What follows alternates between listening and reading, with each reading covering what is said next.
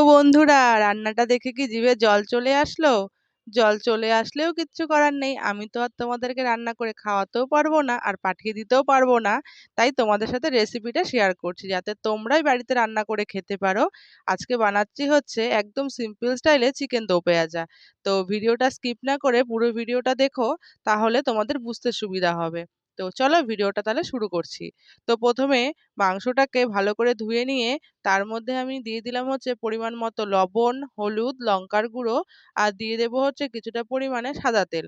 দিয়ে ০.৫ ঘন্টার জন্য ম্যারিনেট করে রেখে দেবো। ওই ০.৫ ঘন্টার মধ্যে আমি সব কেটে কুটে চলে এসেছি। তারপরে কড়াই বসিয়ে সর্ষের তেল গরম করে তার মধ্যে দারচিনি, ৪টা এলাচ আর দিয়ে দিলাম কিছুটা পরিমাণে জিরে। দিয়ে ভালো করে ভেজে নিয়ে তার মধ্যে দিয়ে দেবো হচ্ছে আগের থেকে কুচিয়ে রাখা পেঁয়াজগুলো। চেষ্টা করবে পেঁয়াজগুলোকে একদমই চিকন চিকন করে দেওয়া, যাতে পেঁয়াজগুলো খুব তাড়াতাড়ি সেদ্ধ হয়ে যায়। কারণ যেহেতু এখানে লবণটা ব্যবহার করা হবে না আর মোটা মোটা করে দিলে পেঁয়াজ সেদ্ধ হতে সময় লাগবে, তাই চেষ্টা করবে একদমই চিকন চিকন করে দেওয়ার। তো আমার পেঁয়াজটা দেখো কালারটা একদম ব্রাউন হয়ে গেছে। তো পেঁয়াজের কালার যখন একদমই ব্রাউন কালার হয়ে যাবে তার মধ্যে আমি দিয়ে দেবো হচ্ছে আগের থেকে বেটে রাখা আদা আর রসুন। তো আদা রসুন বাটা দেওয়ার সময় গ্যাসের ফ্লেমটাকে একদমই লো করে দেবে, কারণ এখানে আমি আরও কিছু মশলা অ্যাড করছি, তার জন্য গ্যাসের ফ্লেমটা লো করে দিয়েছি। তো এখন আমি দিয়ে দিলাম হচ্ছে হলুদ গুঁড়ো, লবণ দিচ্ছি না, আর দিয়ে দেবো হচ্ছে জিরে বাটা আর ধনে বাটা।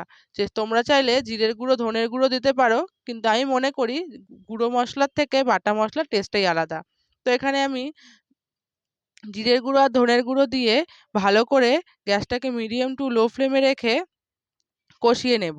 আর এখন দিয়ে দিলাম হচ্ছে একটু কালারের জন্য কাশ্মীরি লঙ্কার গুঁড়ো। তো তোমরা চাইলে দিতেও পারো, না চাইলে নাও দিতে পারো।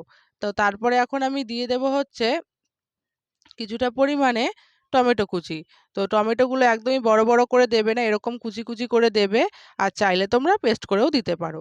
আর এখন দিলাম হচ্ছে কাঁচা লঙ্কা কুচি আর একটা পাকা লঙ্কা কুচি।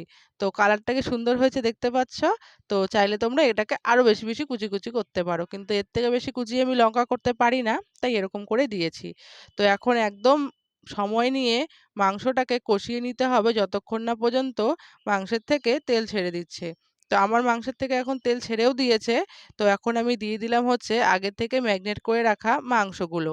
আর এখানে জল তো ব্যবহার হবে না, কিন্তু একটু তো দিতে হবে না, যা হয়তো মাংসগুলো সেদ্ধ হবে না। তার জন্য আমি যে গামলাটার মধ্যে মাংসটা ম্যারিনেট করে রেখেছিলাম, সেই গামলাটা ধুয়ে অল্প জল দিয়ে দিলাম, যাতে মাংসটা ভালো করে সেদ্ধ হয়ে যায়। তো জল দিয়ে মিনিমাম ১০ থেকে ১৫ মিনিট এটাকে ঢাকা দিয়ে রাখবে। আর মাঝে মাঝে ঢাকাটা খুলে একটু নাড়িয়ে দেবে, যাতে মাংসটা কড়াইতে না লেগে যায়। কারণ মাংস লেগে গেলে কিন্তু একদম মাংসটা রান্নাটা নষ্ট হয়ে যাবে। তো